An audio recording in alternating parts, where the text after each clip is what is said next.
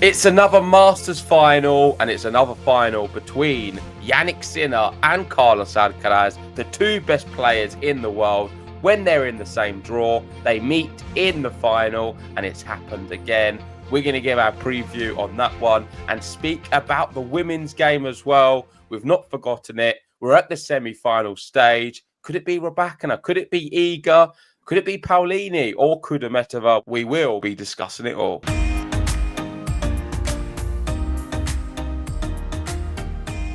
That's right, JG. It is another final, and it is the best two players in the world meeting each other once again. We might as well just skip through the rest of the tournaments of the year, shall we? And just put them in the final straight away and just watch them play every single week. It seems to be that way. How many finals are they going to play come the end of their career? I have no idea at this point. It could be 100, but they're so good. And they both won in straight sets in their semi-finals. You called it right. There was a tie-break for Jannik Sinner in his match against Terence Attman. And there was a 6-2 in the second set, like I said as well. But it was straight sets for both. Very different semi-finals. I thought actually the Sinner one was more competitive than the Zverev Alcaraz one, just because Zverev's still suffering with issues, dizziness on court, being lightheaded. And the second set wasn't really even that competitive. Yeah, and it just reminded me really of all of the other matches Zverev has played against these other players, where against the Sinners and your Alcaraz and your Djokovic, he plays within himself. He doesn't take so many risks. He plays a passive style of play in which he's determined for people to say he's not thrown it away. But by doing so, he is throwing it away.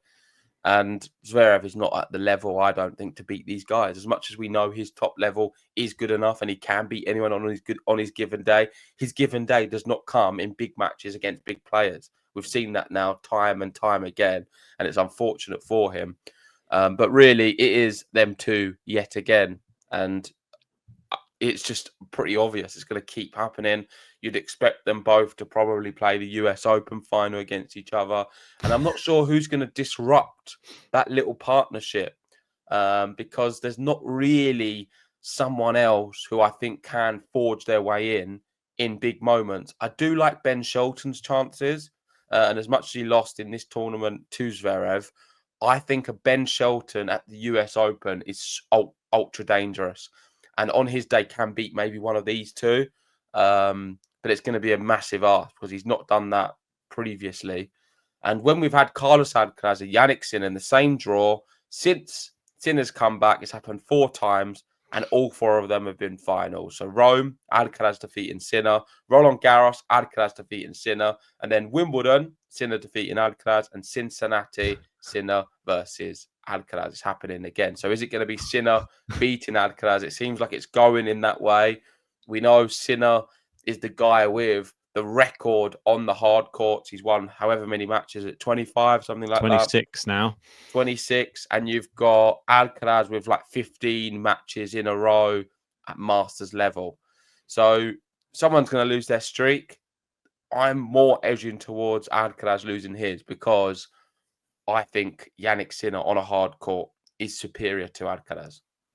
Yeah, I thought it was a really good performance by Jannik Sinner as well. It could have been a potential banana skin. You never know. That it is like the fear of the unknown when you're playing someone like an Attman who is just going to go for everything. And credit to Attman, he didn't even get broken. His serve didn't get broken in that first set. He got it all the way to tie break. But Jannik Sinner just proves that's what world number one does. And into back-to-back Cincinnati finals as well. Don't forget, he's the reigning champion in Cincinnati last year. It was a comfortable win in the final as well. And 21 consecutive sets won on hard courts. That's another crazy statistic for him at the moment. Before the match, I don't know if you saw this, Terence Attman actually recognizing it was Jannik Sinner's birthday as well, brought him a birthday present, which was nice of him. It was a Pokemon card. I don't know if you saw this one. And here's Jannik Sinner showing it off. It was a Pikachu, apparently, that he brought him. Quite a nice gesture. So he brings something a bit different to the tour, doesn't he, Terence Attman? He's bringing some, like, philosophical quotes. He's bringing some presents for Sinner.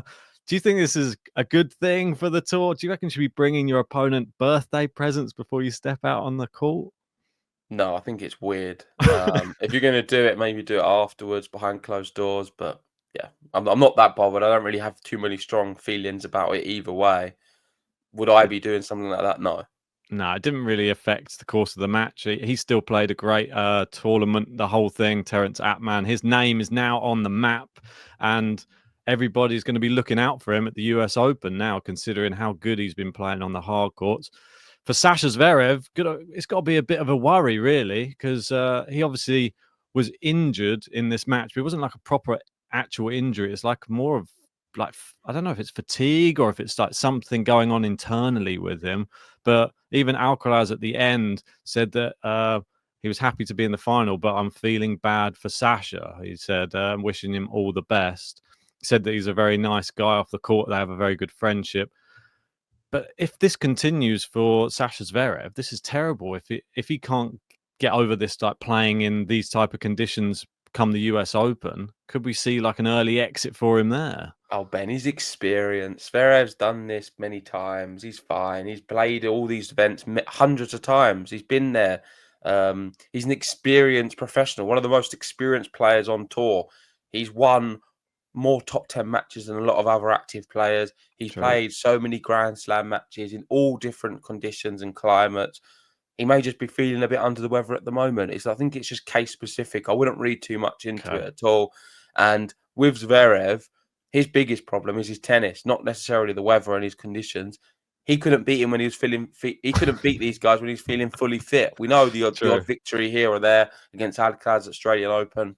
But all in all, he needs to play a lot more confident tennis rather than just this pitter-patter waiting for them to make a mistake, because the best players don't make mistakes and he's not aggressive enough in the big matches. Very, very true. Yeah, very well pointed out. We have seen that from him, like tentative on smashes, that type of thing in big moments.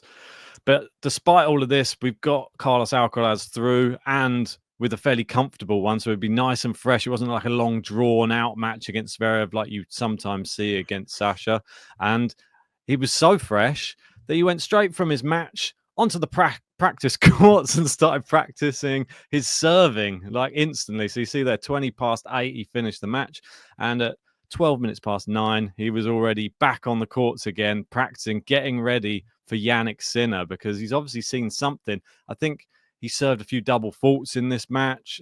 He's probably a bit concerned because you can't give 3 points away against the world number one, especially playing the way he is now. Yeah, and this highlights a lot of things. One, that Alcaraz is a beast, and athletically, how can someone do this after playing a match? I don't know. Granted, it was a shorter match and quite straightforward for him, but still, it will take some toll on your body hitting the ball that hard. To then do that so soon afterwards is crazy. And then the other thing it highlights to me is how good Jannik Sinner is, and that the Alcaraz feels the need to have to do that. Because when them two do play, I'll go back to that Wimbledon final, which was the last time we saw them at it on the big stage. It is just breathtaking tennis, like a very, very high level. It's different to every other tennis match you see on tour.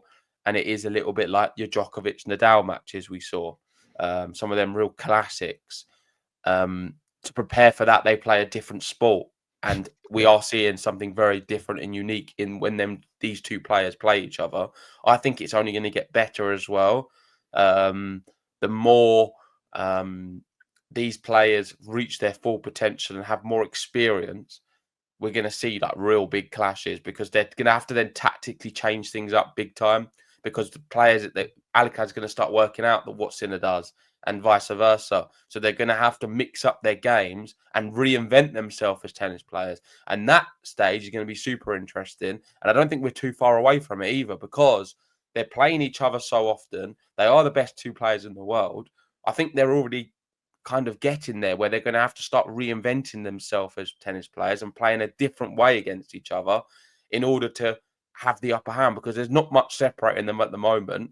Technically, they're pretty much in line. So I think who's going to win more matches is going to come down purely to mental and tactical. I think it's going to be who can tactically adjust and adapt to a situation better.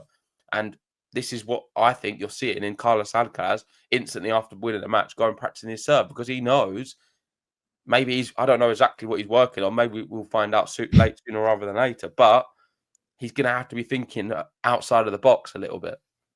Yeah, like you said, it's the finest of margins that win the matches between these two. Exactly. Didn't we look at when I think Alcaraz beat him at Roland Garros last year? He actually didn't win as many points as Jannik Sinner, and then it's so close. It's just fine margins, and that's why you saw Sinner during his match the other day pointing to his box saying, "Get the practice court booked. I'm practicing my serve after this." Alcaraz done exactly the same thing. Wasn't happy with his serve. He's going straight onto the practice courts to start fine tuning the serve because he can't have those errors there against Jannik Sinner. And they're both looking at each other. They can see each other in the distance at the start of the tournament, and then it gradually gets and builds to this crazy final that we're going to see again. And this is a stat about the finals that they played together. Obviously, in the head-to-head, Alcaraz leads 8-5. 3-2 in finals and 5-2 on hard courts. The finals on Monday. Yeah, this is a bit of a weird one, isn't it, for the tennis calendar, having a final of a tournament spilling over into the next week. Yeah, and you'd look at that and think Alcaraz edges it, but I don't think so. I think Sinner's going to level the record slightly and make it a bit closer. And I feel Sinner is my guy. So I'll give my prediction now. I'm going to be going for Jannik Sinner to win this match against Carlos Alcaraz. And I reckon it will be 3 sets, but Sinner in 3. And we probably will get another tie break. So, well, I'm glad you said that because I there know. always seems to be a tie break. And this is the stat for Jannik I Sinner know. in tie breaks in 2025 against everybody else 10-0. Against Carlos Alcaraz, 1-3. So Alcaraz the only one who can hang with him in a tiebreak in that pressure cooker situation. I think we probably will see a tiebreak. You're right. We didn't see one in the Wimbledon final, though, did we? We didn't. I think that they were all 6-4s, weren't they? In Yeah, I that don't think final. so. Yeah. So he got away with one there, Jannik Sinner. Maybe he knew in his head, I can't go to a tiebreak with this guy. And here we go. Here's confirmation of it. Yeah, all 6-4s. But he ended the long run of defeats, which was crazy. It was what 1, 2, 3, 4, 5 defeats in a row. Is it going to be Jannik Sinner's turn now to suddenly turn up? I think it will be. I'm predicting him to, and I think in this tiebreak, if you go back to them tiebreak stats, Sure. Sinner will now beat him in a tiebreak. I think we're going to Wow. see a 3-2 or a 2-3 for Jannik Sinner. Could be more than one tiebreak actually. It's 3 tiebreaks. There's not much in it. It's so close, No. but I'm going to be edging Sinner in 3 sets. I'm going for the exact same result and scoreline as you. I think that there definitely will be a tiebreak in it. I'm going to go the other way, though. I'm going to say Alcaraz wins 1 tiebreak, but Sinner wins 2 sets without tiebreaks. And there you go, just to mix it up a little bit there. And then the stats continue for Alcaraz against Sinner in tiebreaks. That will bring the head-to-head a little bit closer. If Sinner wins, it will be 8-6 then. And then moving into the US Open, who knows? Maybe he could pin him back a little bit more. But let us know in the comment section, who do you have winning? Do you have Carlos extending the head-to-head to 9-5? Or are you with me and JG saying Sinner is going to retain his Cincinnati title? Let's move over to the women's, and there's been some big results on the women's side. None other than Elena Rybakina. She is back. I didn't think she was going to have a good year this year. She didn't have a good start to the year, but now it's all coming together. And she destroyed Sabalenka in the last round. And Rybakina now has 7 career wins over reigning world number ones, 4 against Iga, 3 against Saba. Only 9 women in the Open era have more wins over a reigning world number one than her, which is pretty impressive. Yeah, it's not that surprising. She's a quality player, part of the big 3 on her day. I feel like she's maybe got more weapons than a Coco Gauff even.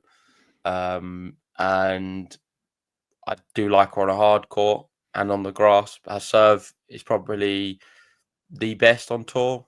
She certainly can find the most aces when it matters, but just up and down and inconsistent, really. And that's what lets herself down. And that's why she's kind of on the fringes of a top 10 player, sort of there or thereabouts, between sort of 6 to 10. But she shouldn't be, because technically she is, I think, a 1-3. Yes, I think on a day, definitely, especially on these type of courts as well. Nice, fast, hard courts. She really comes into her own. Saba couldn't hang with her in this sort of form, and will Iga, who is her next opponent, be able to hang with her as well? Obviously, Iga went through against Anna Kalinskaya, who was complaining of the scheduling of this tournament because she, in her match previous to this, she finished at around 2:30 a.m. She said she finally got done. Well, I think she got done with press at 2:40. She got to bed at 4 a.m. and they scheduled her at 11 a.m. or something crazy like this to play her next match. So she was very, very annoyed. But Iga took a full advantage, got through her straight sets. I don't think it was her best performance, but it didn't have to be. She just beat her in straight sets 6-3, 6-4, moving well, playing aggressive, hasn't dropped a set all week. 47th win of the year and 12th win out of the last 13 matches. Rybakina is a kryptonite, though, as we know. Yeah, agreed. And I'm just looking at the top 10. Rybakina now inside the top 10. And another one who's creeping up the rankings as well is Jasmine Paolini, someone who I've kept inside my top 10. A lot of people expecting her to fall off this year. I don't think you had her in your top 10, did No, you? I thought that she may disappear, but she's Which, hanging around. it is possible maybe for next year, but I felt like this year she was going to still be okay and remain inside the top 10. And she's currently number 9, and she's into the semi-final at Cincinnati. She beat Coco Gauff, right, Yep. along the way, which was a really impressive result. A long match between the two of them. And we know what she's not too bad against Rybakina and these big players. Sometimes, maybe not Iga. I don't really like her chances against Iga, but I'd Yeah. prefer her against Rybakina.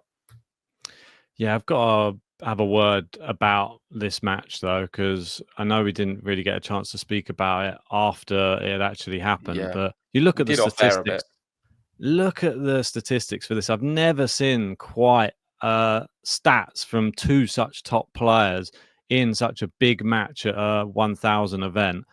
Coco Gauff, still 16 16 double faults. That's not the unforced errors. That's good. That's Yeah. coming. 62 unforced errors. Paolini, 44.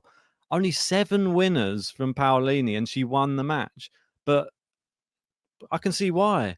Like 62 unforced errors from Coco Gauff. I'm shocked, really, that she has not really looked great since winning Roland Garros at all. Is this going to impact how she plays at the US Open? She needs to improve the serve dramatically. It is awful right now, and it's costing her places deep in these tournaments. I didn't think this was a very good match, really, at all. But Paolini, credit to her, she knows how to grind out a win right now, and I think that that's credit to her. Will she be able to beat Kudemetova in the next round in the semi-finals? I think Kudemetova's been quite fortunate, I would say, with who she's had to play. Toughest match, I would say, was probably Clara Towson, as you can see here. She went to 3 with her. Towson's been having a fantastic 2025. But then you look at the other matches, you see like Lehmans, Linette, Gracheva, who did well to get this far, but they're not really like of the level of your Paolinis, your Goffs, your Rybakina, Sabalenka, Iga. Is she back, Kudemetova, or is this just an easier draw? That's It's the just an thing. easy draw. That's it. Don't have to read anything more into it. She had a nice draw and she's done everything she needs to do in this situation. I don't see her beating Paolini at all. But Paolini wasn't amazing against Coco Gauff, like you said. One thing I want to highlight is just Coco serving was the worst thing more than Yep. anything. The serving was abysmal. 16 double faults she made. So forget all the unforced errors during the rallies. Her serving is what really cost her.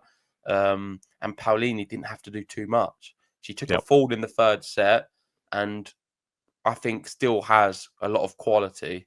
And she plays as good as she needs to, Paolini, sometimes. So her opponent will bring her down with all the errors. And I feel like it was a bit contagious. With Kudemetova, that's not going to happen. And I feel Paolini will just show her class and beat her relatively comfortably. So I'm going to be going for Paolini in straight sets. I'm going to go Paolini in 3 on this one. I think there will be still a few errors creeping into maybe the first set. She comes back from a set down, wins in 3, I'm going to go for. And the other one, this is really the big one that everybody, I've seen a lot of rumbling saying the winner, this is essentially the final. But don't rule out the other two in the other semi-final. Obviously, Paolini has quite a good record against Rybakina. And like you said, she'll probably be hoping that Rybakina wins if she gets through. I think Rybakina will win. That's my personal opinion. I think she'll probably win in straight sets as well. I think her game on this surface, it doesn't suit Iga at all. And I think Iga doesn't get any time on the ball. The balls are struck and hit so hard and so deep from Rybakina that Iga can't get inside the court to play a game. And I think that that's what we'll see in this semi-final. Yeah, looking at the head-to-head, Iga's won the last 4 matches between the two. 3 on a hard court, 1 at Roland Garros a few months ago. Yep. I'm also going to be going Rybakina, but in 3. I'm going to have Rybakina winning, 2-1, and I think it's going to be a really tight, close match. Okay, there you go. Tell us your predictions in the comments section below. We've both gone for the Rybakina versus Paolini final. Let us know if you've got Iga or Kudemetova in there, and let us know your men's picks as well. Yeah, we've both gone for Sinner to beat Alcaraz. Do you guys agree with that too? If you haven't already, hit the like button, subscribe if you're new, and we'll be back to speak about what happened at Cincinnati very soon. See you then.